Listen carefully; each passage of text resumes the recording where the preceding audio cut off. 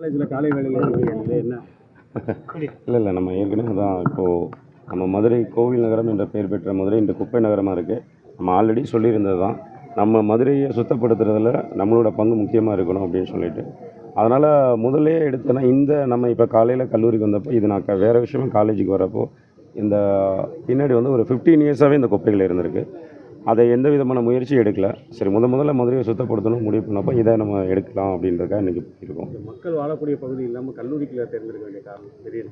இல்லை மக்கள் வாழக்கூடிய பகுதியில் அந்தந்த அலுவலர்களை வச்சு நம்ம தினந்தோறும் க்ளீன் பண்ணுறோம். என்னென்னா நம்ம 10 வருட 20 வருட விஷயத்தை உடனடியாக பண்ண முடியாது. ஆனால் அதுக்கான எல்லா முயற்சிகளும் நம்ம எடுத்துகிட்டு இருக்கோம். அதிகாரிகளோட ஒத்துழைப்போட நம்ம ஒவ்வொரு விஷயத்தையும் நம்ம எங்கெங்கெல்லாம் போகிறோமோ அங்கே என்ன சொல்கிறாங்களோ அந்த விஷயத்துக்கு அங்கே டஸ்ட்பின் தேவைன்னா எடுக்கிறோம். இல்லை ஸ்டாஃப்ஸ் அதிகமாக தேவைப்படுறாங்கன்னா அந்த மாதிரி பண்ணுறோம். இங்கே என்ன இஷ்யூனா கல்லூரின்றது ஒரு பல பேரை உருவாக்குற ஒரு இடம். ஆனால் அந்த அட்மாஸ்பியரே இங்கே வந்து மோசமாக இருக்குது. அங்கே சாக்கடை இருக்குது, விலங்குகள் நடமாட்டம் இருக்குது, குப்பைகள் இருக்குது.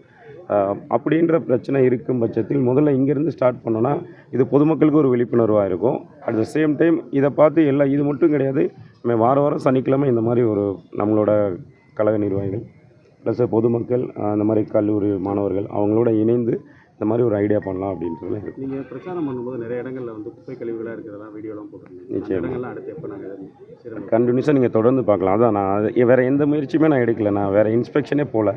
முதல்ல ஏன்னா கோவில் நகரம் குப்பை நகரத்துலேருந்து மறுபடியும் அதே கோவில் நகரமாக மாறணுன்றதான் நம்மளோட எண்ணம். அதை தான் நான் எல்லா பேட்டியிலையும் முன்னாடி கூட நான் சொல்லியிருந்தேன். எலெக்ஷனில் நிற்கிறப்ப கூட அதுக்கான முயற்சிகள் நான் முதல்ல நான் சென்னையிலேருந்து வந்தப்போ கலெக்டர் சாரை தான் பார்த்தேன், கமிஷனர் ஆஃபீஸ் தான் போனேன். ஸோ நம்மளோட நோக்கம்ன்றது முதல்ல வந்து மதுரையில் குப்பையிலேருந்து மீட்கணும் அப்படின்றதான். அதற்கான அனைத்து முயற்சிகளும் எடுக்கிறோம். அதிகாரிகள் ஒத்துழைப்பு கொடுக்குறாங்க. நம்ம ஒரு விஷயம் சொன்னாங்கன்னா இம்மீடியட்டாக அதுக்கு ரியாக்ட் பண்ணுறாங்க. பாசிட்டிவாக தான் போயிட்டுருக்கு. இதை தொடர்ந்து நம்ம அதை மக்களோட ஆதரவு தேவை. அதே மாதிரி இந்த பகுதியில் வந்து கருமாலை பொதுமக்கள் கொஞ்சம் குப்பை போடுறதை தவிர்க்கணும்னு இதன் மூலமாக கேட்டுக்கிறேன். ஏன்னா நம்ம மதுரையை மாற்றணும், அதிகாரிகள் தான் வரணும், தூய்மை பணியாளர்கள் தான் வரணும்னு கிடையாது. நம்மளுக்கும் அதில் பங்கு இருக்குது. முக்கியமாக நம்ம இன்னொரு வேண்டுகோளாக வைக்கிறேன், தலைவர் தளபதியை வந்து எல்லோரும் நேசிக்கிறாங்க. இன்றைக்கு முதலமைச்சராக வந்து தேர்ந்தெடுத்திருக்காங்க. அவரோட சார்பாக உங்களுக்கு அவரை நேசிக்கிற உங்களுக்கு எல்லாம் வேண்டுகோளாக வைக்கிறோம்.